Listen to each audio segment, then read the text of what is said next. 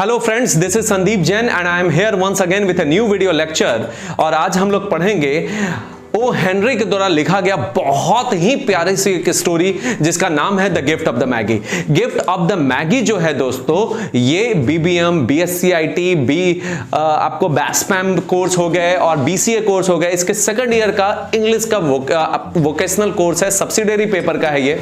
और ये काफी इंपॉर्टेंट है as far as like this story is concerns. Really this story is heart touching. ये स्टोरी मुझे बहुत टच किया है, तो आज हम लोग पढ़ेंगे इसके बारे में और बहुत ही बेहतर तरीके से जानने की कोशिश करेंगे कि ओ हेनरी ने हमें क्या बताया है, क्या शिक्षा दी है। सो दोस्तों चलिए आइए देखते हैं इनके द्वारा लिखा गया एक बहुत ही प्यारा सा शॉर्ट स्टोरीज। ओ हेनरी जो है, इनका मूल नाम जो है दोस्तों वो विलियम सिडनी पॉटर था और ये एक काफी अच्छे अमेरिकन राइटर्स थे जो कि शॉर्ट स्टोरी लिखा करते थे, लेकिन इनका जो पेन नेम था वो ओ हेनरी था।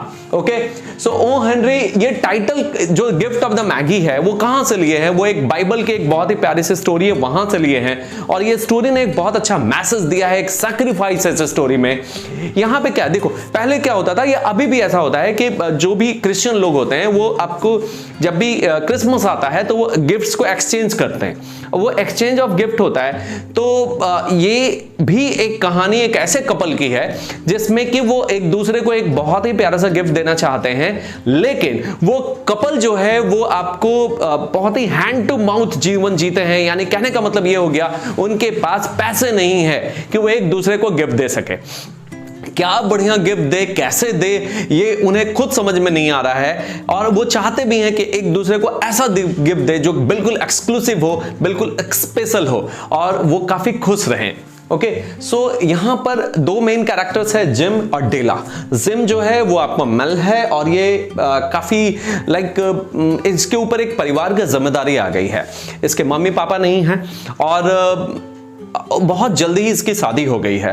शादी होने के बाद में इसकी जो कमाई है वो बहुत ज्यादा नहीं है, तो इसे ऐसा लगता है कि मैं अपने कैसे खर्चा निकालूंगा। इसे खुद हैंड टू माउथ पूरी तरह से ये जीवन जी रहा है। कहने का मतलब ये है कि मतलब हर रोज कमाता है, हर रोज खाता है, एकदम दिहाड़ी मजदूर की तरह ये काम करता है दोस्तों। लेकिन फिर भी ऐसा कोई भी पल नहीं है जिसमें वो डेला को आपको you know what problem create करता हो या फिर डेला पे आपको एक प्रेशर डालता हो। वो डेला जो चाहती है वो करती है। कहने का मतलब ये हो गया, डेला भी इस चीज को समझती है कि मेरे पति की जो है स्थिति जो है that is not very good, economic condition, financially वो ब्रेकडाउन है और वो इस चीज को बहुत अच्छे से ढाल लेती है, अडेप्ट कर लेती है। आज की वाइफ की तरह नहीं है दोस्तों कि अगर पति कुछ कमाता नहीं हो तो पीछे से पोक करते रहती हो, ऐसा आज के समय बहुत चलता है। लेकिन डेला बहुत ही समझदार है, सेंसिबल है, इमोशनल है और अपने पति की परेशानियों को बखूबी जानती है। डेला कौन है? डेला जो है वो जिम की पत्नी है और वो काफी खूबसूरत है और उसकी खूबसूरती का सबसे बड़ा जो राज है वो है उसके लंबे लंबे बाल।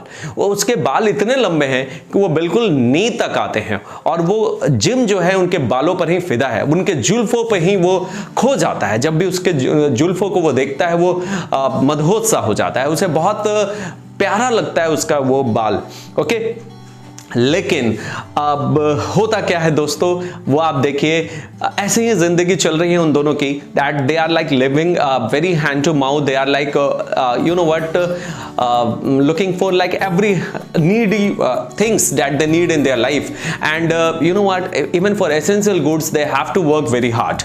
Okay, सुबह से लेकर शाम तक वो आपको यही उधेड़-बुन में लगे रहते हैं कि क्रिसमस पे वो एक दूसरे को जो गिफ्ट देंगे वो क्या खास होगा। बहुत सोच विचार करते रहते हैं और यही सोच विचार करने के बाद में जिम को ये ध्यान आता है कि उसके पास एक गोल्ड वॉच है जो कि उसके दादाजी ने उसके पापा को दी थी और उसके पापा से उसको मिली थी। ओके, लेकिन वो सिर्फ गोल्ड वॉच है दोस्तों, सिर्फ ये डायल है उसका। अब ये जो ये होता है ना चेन, वो नहीं है उसके पास। तो वो ये सोचता है कि मैं ये गोल्ड वॉच जो है वो बेच दूंगा। हालांकि उस गोल्ड वॉच से उसके सेंटिमेंट जुड़े हैं, उसकी संवेदनाएं जुड़ी हैं, उसकी भावनाएं जुड़ी हैं। वो नहीं चाहता है कि अपने दादाजी की वॉच जो है वो बेचे, क्योंकि यही एकमात्र पूंजी है दोस्तों उसके पास। But he doesn't want to sell it. In spite of that he is bound to sell it because of like he loves his wife very desperately and very you know what to the core of his heart. Okay, तो वो उसने decide किया है कि finally मैं ये gold watch जो है, डायल जो है वो बेच दूंगा। और डेला जो है ये सोचती है कि अब बेच करके मतलब जिम सोचता है कि बेच करके वो डेला के लिए, चूंकि कॉम खरीदेगा। कॉम इसलिए खरीदेगा क्योंकि डेला के बाल जो है काफी बड़े बड़े हैं और उस बाल को संवारने के लिए उसके पास बेहतरीन कंघे नहीं हैं, और इस वजह से वो चाहता है कि वो कॉम खरीदे ताकि डेला को बाल को संवारने में कोई भी प्रॉब्लम ना हो। और डेला जो है, अब देखिए डेला के पास और अपना कुछ भी नहीं है सिवाय उसके लंबे बाल के, जो कि उसके लिए ट्रेजर है। यानी उसके लिए वही जो है वो आपको तिजोरी है, वही उसके बाल जो है उसके आत्मविश्वास है, वही बाल जो है उसका सब कुछ है। और वो फाइनली ये डिसाइड करती है कि जिम के लिए एक गोल्ड वॉच जो है उसका चेन जो है वो खरीदेगी और अपने बाल को सेल कर देगी। दोस्तों सोचिए, वो ऐसा सोच रही है और वो एक सैलून में जाती है, एक पार्लर में जाती है, और वहां पर जहां पे बाल बिकते हैं वहां पे जाने के बाद में वो एक अपने बालों को बेचने के डिसाइड कर लेती है। और वो बाल बेचती है कितने में दोस्तों? $20 में। और इस $20 से वो जिम के लिए एक गोल्ड चेन खरीदती है ताकि वो उस घड़ी के लिए, उस जिसके पास सिर्फ डायल है, वो लगा सके। और जिम जो है वो आपको घड़ी का जो डायल होता है, गोल्ड वॉच का डायल जो होता है, वो आपको बेच देता है और डेला के लिए बहुत ही खूबसूरत कॉम खरीदता है जो कि काफी महंगे भी थे। और वो दोनों एक दूसरे को अब आप हंस रहे होंगे कि दोनों ने एक ऐसे गिफ्ट को खरीदा है जो शायद एक दूसरे के लिए कोई काम के नहीं है। You can imagine these gifts are not very useful for each other, because Jim ने कॉम खरीदा और डेला ने अपने बाल दे दिए। अब आप सोचिए डेला उस कॉम का क्या करेगी और जिम उस सिर्फ चेन का क्या करेगा जिसमें घड़ी का डायल ही ना हो। ओके, अब वो दोनों क्रिसमस का इंतजार कर रहे होते हैं और जैसे ही जिम जो है, आपको जिम पहले आ चुका है घर पे और डेला जो है वो आपको अपने बाल जो है वो पूरे दे करके, बेच कर करके आ रही है। वो ये सोच रही है कि जिम कैसा फील करेगा, पता नहीं जिम को शायद गुस्सा आ जाए क्योंकि वो उसके बाल जो है को बहुत पसंद करता है और शायद यही एक वजह है जिसकी वजह से वो सोच रही थी कि मैं इसे दूं या ना दूं, लेकिन फिर भी उसने डिसाइड किया और अपने बालों को दे दिया।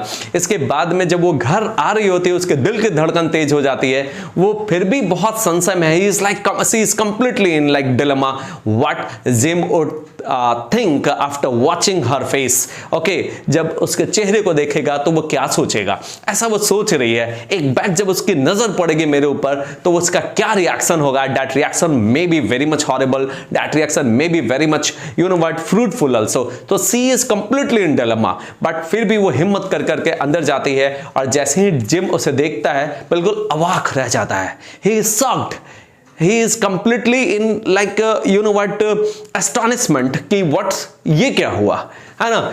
और जैसे ही वो आपको आती है अंदर तो वो गोल्ड चेन जो है वो इस तरह से ऐसे दिखा रही होती है कि देखो मैंने तुम्हारे लिए गोल्ड चेन खरीद लिया है।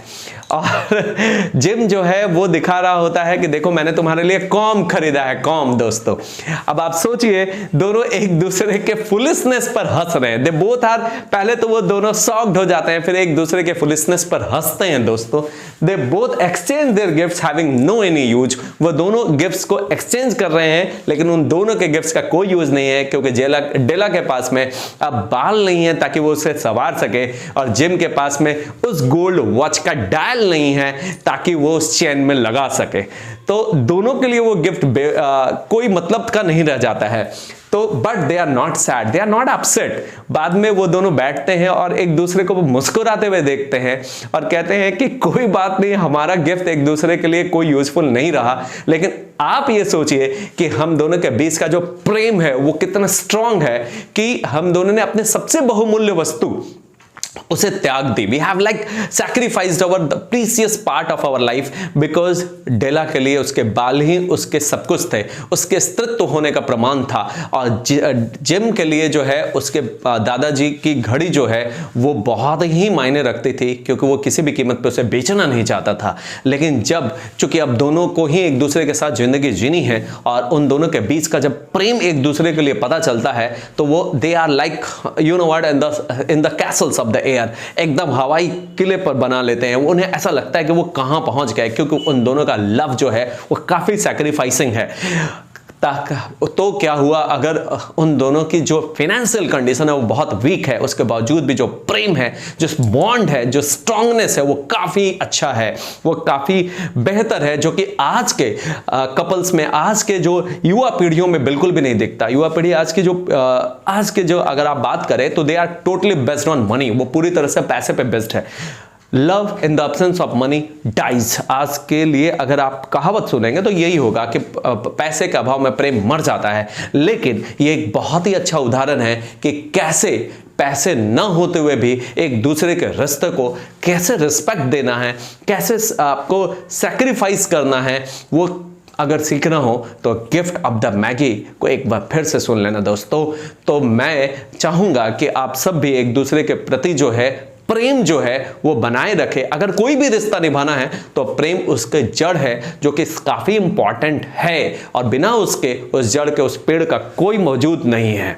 ओके दोस्तों, तो ओ हेनरी ने एक बहुत ही अच्छा लेसन दिया है इस मैसेज के थ्रू, इस चैप्टर के थ्रू, ताकि हमें कुछ नया, कुछ बेहतर इंसान बनने की प्रेरणा मिल सके। तो आज के लिए बस इतना ही, और अगर आपको यह लेक्चर अच्छा लगा हो तो प्लीज आप इसे लाइक करें, सब्सक्राइब करें, शेयर करें, अपने दोस्तों को भी बताएं, ओके, ताकि हम एक बेहतर प्रेम की गंगा बहा सके।